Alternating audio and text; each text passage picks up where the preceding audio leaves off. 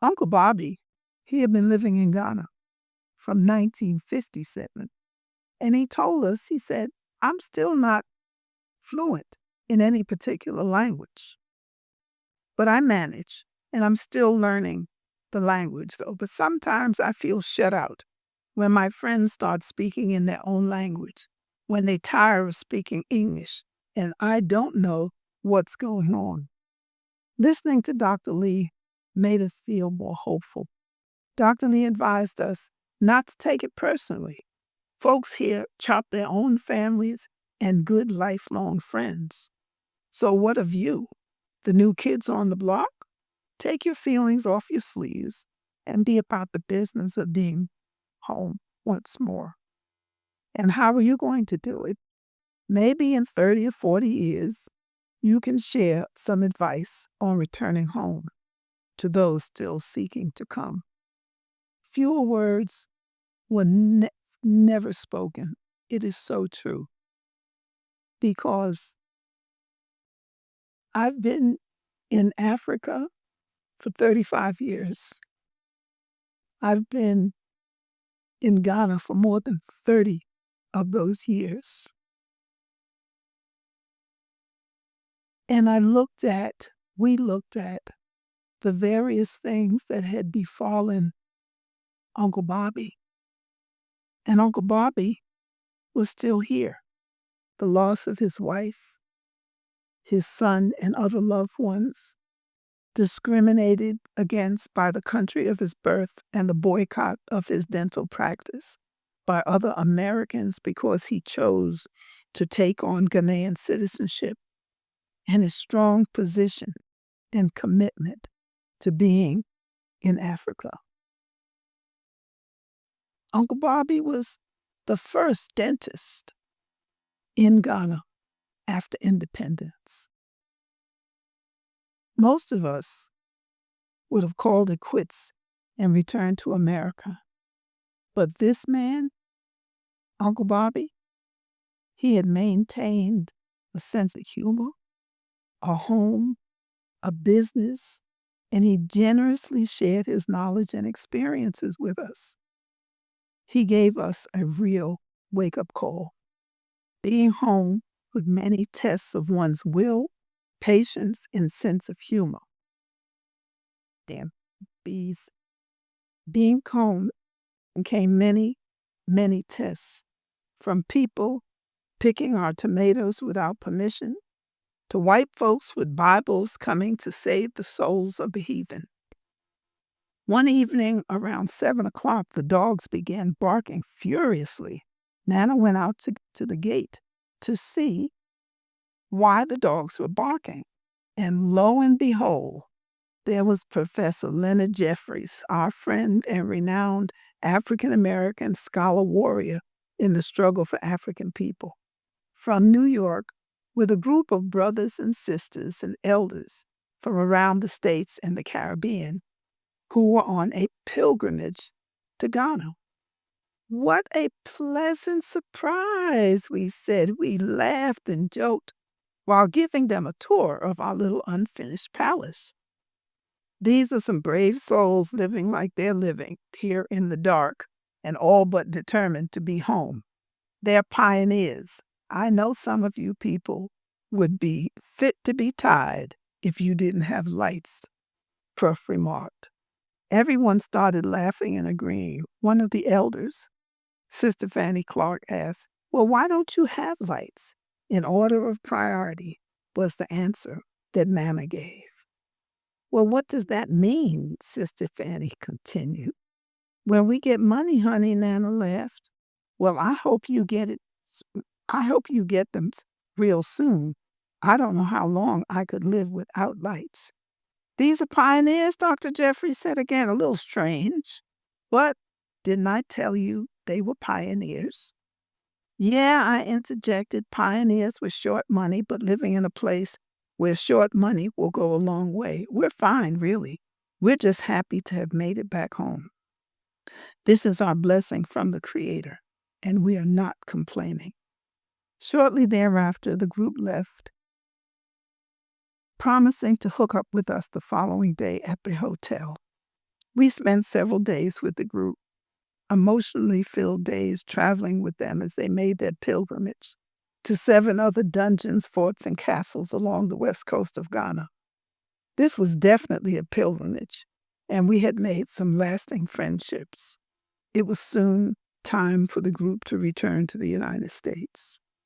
Sister Sybil Williams, assistant to Dr. John Henry Clark, professor of the African American History Department, another renowned elder, historian, and warrior scholar, was part of that group and promised to keep us abreast of the news that was going on in the United Snakes, which we thirsted for.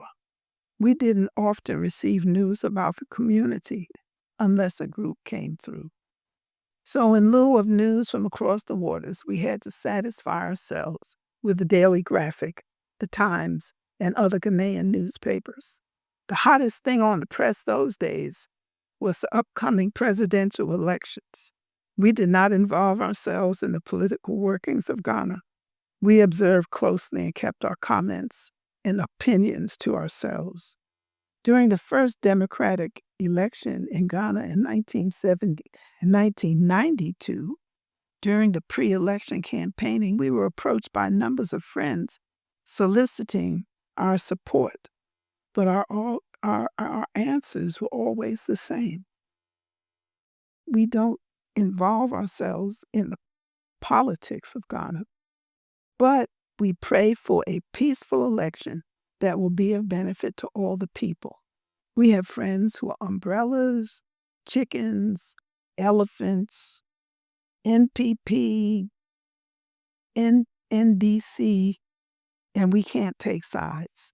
All of you are our families. Most people understood our position. So for the most part, the elections,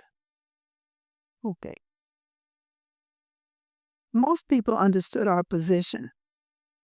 As you are not citizens of this country, it is better, but you maintain that position, one brother told us. In this way, you will not have trouble. For the most part, the election campaigning was not very violent, considering that Ghana was now a newly democratic republic. There were a few scattered incidences, but I think that above all, it had been rather quiet. However, the information that was filtering to the outside community by the international media and others who were not pro-Ghana was that Ghana was not safe for visitors. In fact, we didn't really have any problems, and the kind of violence we did witness was mild in comparison to what we had lived through in the United States when we were trying to get the right to vote. Ghana was going from military to democratic rule. It was during this time that I got a job working as a consultant with a news reporter from WABC Channel 8 News out of Dallas, Texas, the sister station to Channel 7 out of New York. He had contacted us after being referred by someone we had met during one of his or her visits to Ghana. He was doing a feature on Ghana and needed someone on the ground to prepare an itinerary covering various aspects of Ghanaian society and culture, and was also interested in meeting some Africans born in America who were living in Ghana. However, the war broke out in Somalia, and he was reassigned by his network to cover it. So our plans changed slightly. Instead of meeting him, I got a call asking me to wife sit with his significant other while he was off reporting the war. That was fine with me. I spoke with the missus on the phone, and we arranged that I would meet her at the airport. She gave me the following description.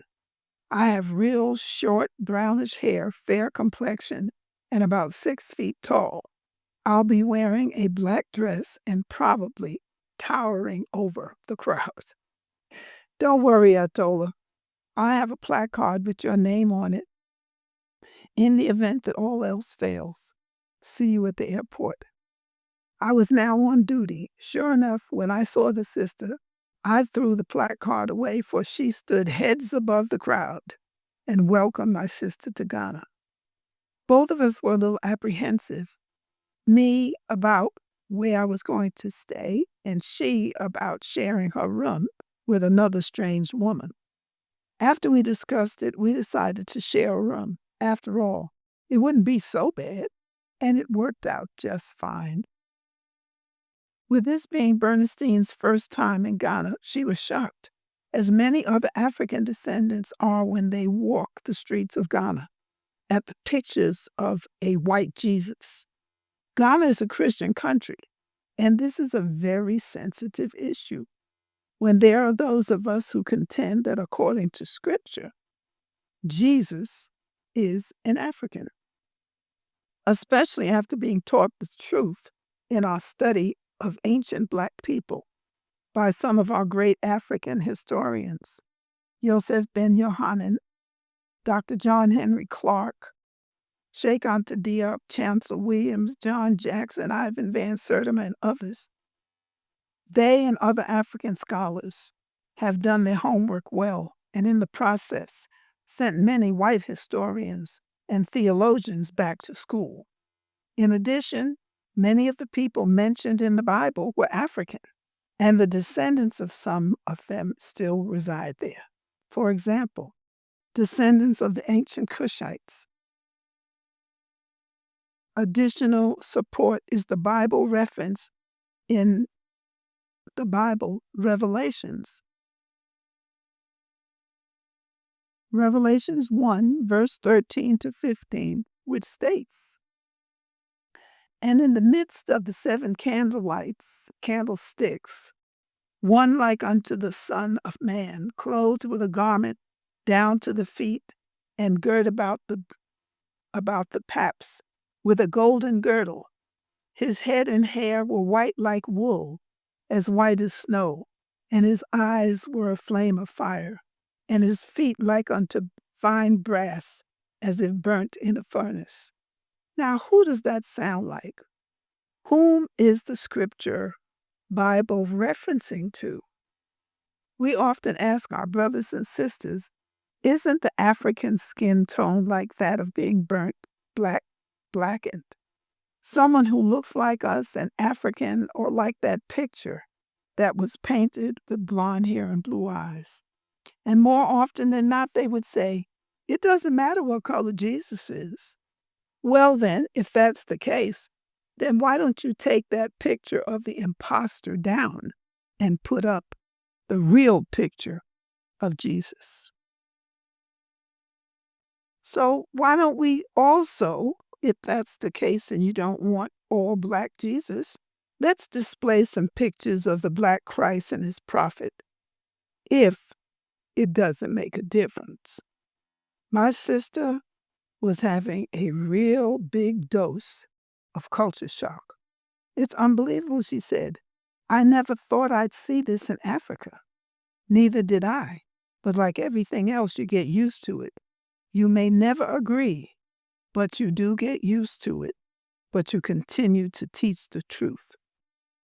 Have you ever thought of going on a midnight raid and painting the faces brown? She laughed. It's been considered, I said, but the thought of prison was a very strong determining factor in my decision to leave it as it is. Folks in this very Christian country would be royally pissed off if I touched their white Jesus. Besides, I have more important things to do with my time, and jail is not among them. We both got a good hearty laugh, but it was and still is an issue for us. We traveled around meeting friends, and we had a ball for 3 days that we were together before her husband Gary Reeves and his cameraman Cliff Williams arrived from Somalia. She knew a lot more about Ghana from the inside and could tell them a few things. He would be working on a documentary entitled Visions of Africa, which was a 3-part film covering the war in Somalia, the recovery of Uganda, and the Republic of Ghana, going from military to democratic rule, as well as other aspects of the country. It was a great opportunity, and we were going to make a nice piece of change. And I must say, that we put together a real sweet itinerary. I had the opportunity to meet with Jerry John Rawlins at Osu Castle. Upon introduction, he asked me, "Where is your husband?" I was flabbergasted. I couldn't believe that the president of Ghana had remembered Nana, or for that matter, remembered us from that one casual meeting in a crowd at the Bucketry Festival in Elmina. I was too impressed, especially since I had never personally met any president of any country, and an African president at that. "He's at home in the village, Mr. President, taking care of some other matters. I managed to get out without looking too foolish. "Greet my brother for me," the president said. "Please." "Most definitely, Mr. President, most definitely," I responded, trying not to appear like I was in shock, which I was. After the interview, we were driven by the president to the military field, where the interview continued with Gary Reeves, the news reporter, and President Rawlins. After the interview, Mr. Chickasaw, the cameraman, and the other reporter were preparing to go on a flight with the president, who would be flying the plane. President Rawlins was an ace pilot. As Bernstein and I stood on the sidelines looking, questioning, is this a man's thing? Are they going to leave us here on the ground? Unbeknownst to us, Chickasaw walked over and we saw him talking to the president. And we were still looking like and feeling like, this is a brother's thing. Just then, the president beaconed to us to come. And I felt kind of crazy, kind of stupid, because I pointed to myself, like us, me. Well, we went over to where the president was standing, and he invited us on board the plane, saying, "Well, we couldn't leave you ladies behind." Well, all I could say is that I was still flabbergasted, because Bernstein and I both thought, oh man, they're leaving us, until the president beckoned to us, laughing and beckoning to us to come and get on board the plane. As we approached, the president spoke, "Of course, you're welcome to join us. We're taking a spin around Accra and up to Akosombo Dam. Get on board." Once in the plane, we were both wishing we had kept our mouths shut, but our feet were already firmly planted in our mouths. Neither of us had ever been in a small jet plane before. So we nestled back in those little seats and acted like we had been doing this all our lives. As we flew over the city, the sky and the ground turned sideways and my stomach moved into my mouth. The president was still talking and conducting his interview and flying the plane at the same time. More than once I felt like asking, "Shouldn't you be paying more attention to the sky?" But I restrained myself and thought about what a wonderful opportunity I was having and how lucky I was to be flying with the president of Ghana. And ain't that great? While my stomach screamed at my brain, "What are you doing up here? What are you doing up here?" Before long, we returned to the field. It had been a great flight, but I was real glad to be back on the ground. That was some assignment. I was in seventh heaven and being paid for being there. We even went to the home of the First Lady, Nana Konadu Rawlins, and met her. The days flew by as we proceeded with the filming. They also captured the commemorative ceremony, Through the Door of No Return, the return, that Bongo and I were conducting for returning African descendants in the Cape Coast Castle dungeons. A group of students from New York University were in town and had requested the ceremony. That day, the ceremony was very highly charged and very emotionally, especially in the women's dungeon. The young sisters were so full. They had so much to release, and they were so glad to be home. One sister related that, for the first time in my life, I know the true meaning of sisterhood as rivers of water flowed from her eyes. Sisters removed their shoes and knelt down, their foreheads touching the ground, softly weeping. Others let out tortured screams as the spirit took them over. And although I had taken many sisters through this ceremony before, each time it was different. Each time it hurt. But that is my portion as the keeper of the gate. By then, the brothers had arrived from the men's dungeon with Nana and patiently waited for us to finish so that we could go through the door of no return together. Our filming next took us to Kumasi, to the village of Ntoso, to see the Adinkra dyes made in the production of Adinkra cloth. Adinkra is usually worn for mourning. Its black patterns are hand-printed on ordinary cotton material with stamps carved in pieces of calabash. We went on to the carving village famous for its wood carvers and sculptors. We then visited Bunwiri, the center of kente weaving industry, where we witnessed the colorful and intricate kente cloth being woven by some of the best weavers in the country. In a total cultural context, kente is more than just a cloth. It is a visual representation of history, philosophy, ethics, oral literature, religious beliefs, social values, and political thought. Ordinarily, its use was reserved for royalty and limited to special occasion and sacred functions. The Ashanti people developed kente weaving in the 17th century.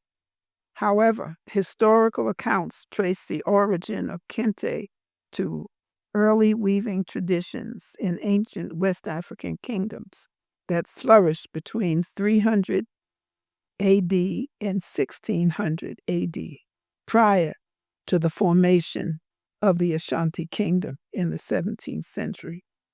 With the increased production of kente, it became accessible to those who could afford it. There were many, many different designs, each with different meanings. Today, kente is used for many different things, to make jewelry, hairbands, shoes. I don't necessarily agree with the way that it has been misused and in many ways cheapened. It's a special cloth and should be maintained as such. But what can we do? It's called progress. Progress. And progress very often takes away the tradition and the value of an item. We then traveled to Aburi, where we conducted an interview with an elder friend of ours who was 120 years young, the eldest person in Aburi. Nana and I had met her through our grandson. And whenever we came to visit her, she always poured libation for our safe travels. She was a matriarch. She remained within the family. No nursing home business there. The family affectionately called her old lady, to which she would respond with a broad smile on her face. Planke, planke, I'm fit and strong. During the interview, she poured libation, as she always did, for our safe journey, and shared some words of wisdom before sending us on our way. The last leg of my assignment was the inauguration of President Rawlings and Ghana becoming a democratic republic. It was an exciting time. There was pomp and circumstance to beat the band, the presidential guards, the military, school children, and dignitaries from all over the world. It was a chance of a last lifetime, and I had a press card and free admission. It was great. There was only one problem. I was not there. A few hours before the inauguration, I got knocked down by malaria and spent my time with my head in a bucket, throwing up my guts and feeling miserable. The closest I got to the inauguration was in front of the television, but my head hurt so bad I could barely see it. So much for my Barbara Walters assignment. A few days later, they were all going back to Texas, and we were a little richer, both financially and spiritually. We had interacted with some really great folks, established some lasting friendships, and got $1 million worth of free coverage for our organization, One Africa. That was great.